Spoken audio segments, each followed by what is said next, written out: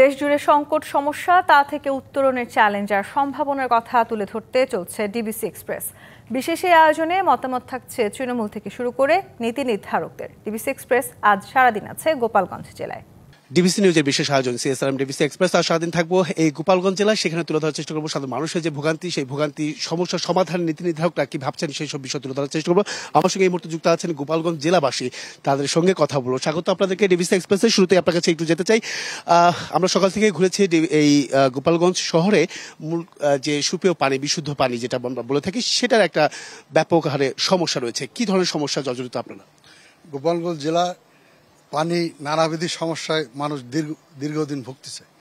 এইখানে পানি মাঝে মধ্যে পায় না কোনোদিন, আর গোসল করার পরে গা চুলকায় পানিতে। পানি হয়তো রিফাইন করার যে নিয়মটা সেটা হয়তো পালন করে না, ব্লিচিং দেয়া। এই কারণে মানুষ দীর্ঘদিন এই পানির সমস্যায় ভুগতেছে গোপালগঞ্জ জেলার।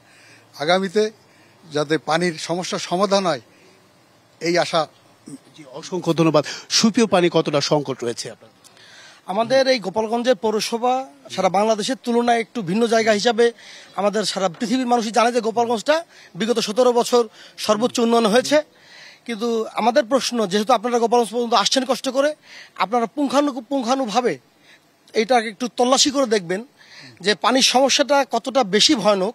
যে পানিতে যোগ পাওয়া যাচ্ছে, পানিতে নিয়মিত শামুক আসতেছে।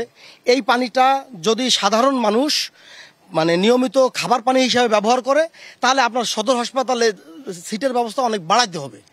কিন্তু এখন আমাদের বাধ্য হয়ে 30-40 টাকা দিয়ে আপনার জারের পানি কিনে খাওয়া লাগতেছে। এবং উন্নয়নের নামে যে পরিমাণ লুটপাট এই গোপালগঞ্জে হয়েছে, এটা নিঃসন্দেহে লুটপাটের একটা উন্নয়ন গোপালগঞ্জে হয়েছে। অসংখ্য ধন্যবাদ। এখানে একজন আছেন। এই যে 17 বছর আমরা জানি গোপালগঞ্জবাসী অনেকটাই জান্নাতে বাস করে, বিষয়টা কি এমন ছিল কিনা যদি আপনি একটু বলতেন, যে কি ধরনের সমস্যা, সুপেয় পানি এত সমস্যা হওয়ার কারণটা কি? বিসমিল্লাহির রহমানির রহিম। গোপালগঞ্জের বাইরের থেকে যারা আছে তারা মনে করে গোপালগঞ্জে বিগত 17 বছরে শেখ হাসিনা সরকার ব্যাপক উন্নয়ন করেছে। আসলে বাস্তব প্রেক্ষাপট যখন এখানে আসে, তারা দেখে চিত্রটা সম্পূর্ণ ভিন্ন। যেহেতু এখানে কোনো পরিকল্পনা ছাড়া সম্পূর্ণ অপরিকল্পিত নগরী, এবং যত্রতত্র এখানে আওয়ামী লীগ নেতাদের সুবিধা অনুযায়ী বিভিন্ন প্রতিষ্ঠান করছে, যেটা আপনার কাজ আপনার 40% কাজ বা 30% কাজও তারা সঠিকভাবে করে নাই, যার কারণে সেটা ব্যবহারের অনুপযোগী হয়ে পড়েছে। আর পানির যে ব্যবস্থা বলেছেন, পানির চাহিদা অনুযায়ী তাদের সার্কুলার সম্পূর্ণ অপুতুল, যে খুবই সামান্য এবং নগণ্য, এবং পানিটা ব্যবহারের অনুপযোগী। আমি একটু জানতে চাই আপনার কাছে, পানি নিয়ে এত অভিযোগ, আপনি কর্মকর্তা হিসেবে আছেন, পানি নিয়ে কাজ করেন, ছোট করে যদি একটু বলতেন 15 সেকেন্ডের মাথায়, কেন করতে পারছেন না সমাধান? আসলে পানি প্ল্যান্টটা এখানে যেটা আছে সেটা নির্মাণ হয়েছে 2001 সালে। 2001 সালে যখন নির্মাণ হয়, এই পানি প্ল্যান্টের সক্ষমতা ছিল 5000 গ্রাহককে পানি দিবে। কিন্তু সময়ের সাথে সাথে গ্রাহক সংখ্যা বেড়ে এখন প্রায় 10,000-এর প্লাস হয়ে গেছে। এই 10,000 গ্রাহককে পানি দিতে যাই, এই প্ল্যান্ট থেকে 100% পানি ফিল্টারিং করে দেওয়া কোনোভাবেই সম্ভব হচ্ছে না।